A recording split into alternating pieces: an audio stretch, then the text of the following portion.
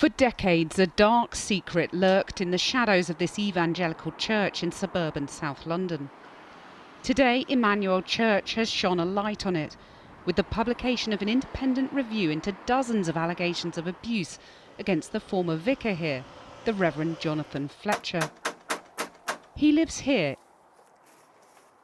Today's report raises many questions for Reverend Fletcher, questions he today isn't prepared to answer. There is yet one man by whom we may inquire of the Lord, Micaiah, the son of Imlah. A vicar for 30 years, the 78-year-old was described as charming and charismatic.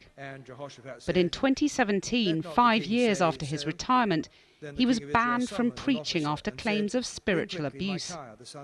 Today, a review by safeguarding charity 318 details the scale of what his 27 victims endured, including naked massages and saunas, forfeits including smacking with a gym shoe, and ice baths, and a serious incident of a sexual nature.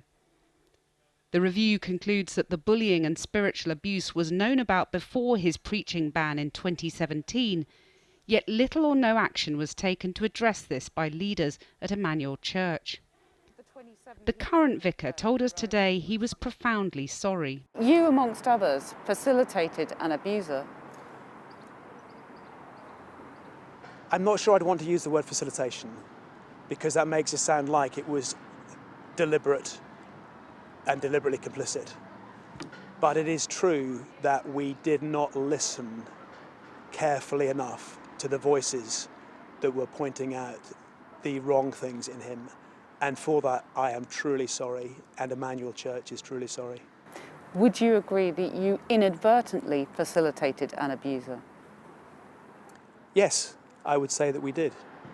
The allegations against Fletcher emerged after this programme broadcast abuse claims about another leading evangelical and barrister, John Smythe, in 2017. Why did these young men have to bleed for Jesus? There's no question of that at all.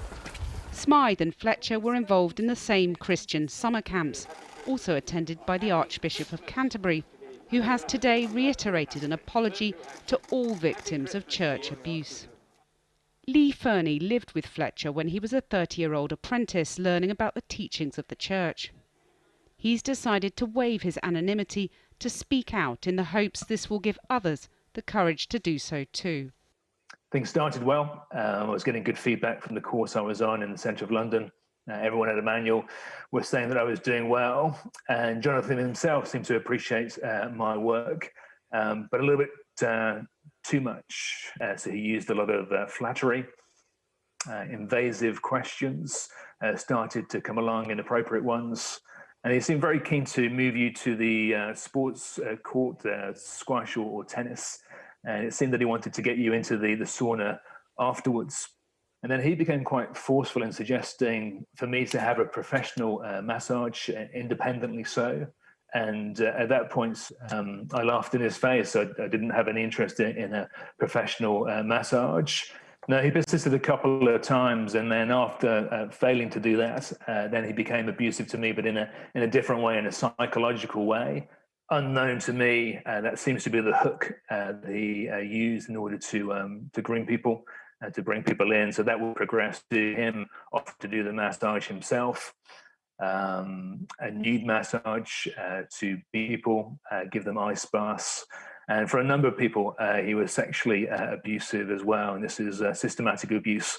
Jonathan Fletcher has never been charged with any criminal offence. And when he's been asked about these allegations, he's always said that anything that took place was totally consensual and non-sexual. What do you say to that? Well, first of all, there's an issue of consent. So with the power differentials, consent would be relative, and I don't think the issue of consent has been rightly handled in his responses. He was a very powerful bully, and it was very difficult to say no to him. Just a quote from the report. It says, "It's clear that bullying and spiritual abuse was known about prior to 2017, and little or no action was taken to address this by role holders and leaders." To put it bluntly, do you feel that there was a cover-up going on? There was certainly collusion with Fletcher. People knew that he was a bully, and they helped him to be a bully. We were promised a review that would name names, and there's not one name mentioned within the review. So would you like the Church of England itself to carry out an investigation and a review now? I think what is needed in the Church of England is clear and strong leadership to make sure that abuse is eradicated from the church. It would be good to see Justin Welby himself to get in touch with victims, and not just for the Fletcher abuse, but also the Smythe abuse, and to engage with the people who have been abused in order to effect some change and listen to them for what's needed.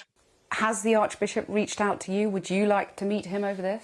Well, I've actually received an offer from Welby to meet him, which I think is very strange indeed when the Smythe victims have been waiting for so long. I think it's 9 years ago that people made a formal report about Smythe's abuse at that stage. Justin Welby promised that he would meet with people, and he's broken that promise. He hasn't met with them. And yet, on the other hand, I've got a personal letter from him inviting me to meet with him. It's just not right.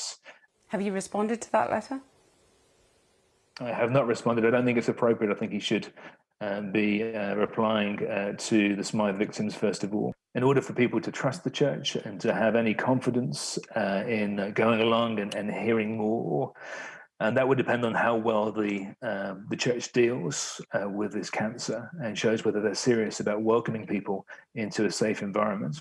And just finally, what impact has all of this had on you? So I suffered psychological abuse, others suffered physical and sexual abuse, and it knocks you sideways. So that's affected me for many years, and by affecting me, it then affects others. Lee Furney, thank you very much for talking to us today. Thanks very much. Well, in response to these comments, a spokesperson for the Archbishop of Canterbury said that he had met some of the survivors of abuse by John Smythe and Jonathan Fletcher and remained committed to meeting and hearing from survivors.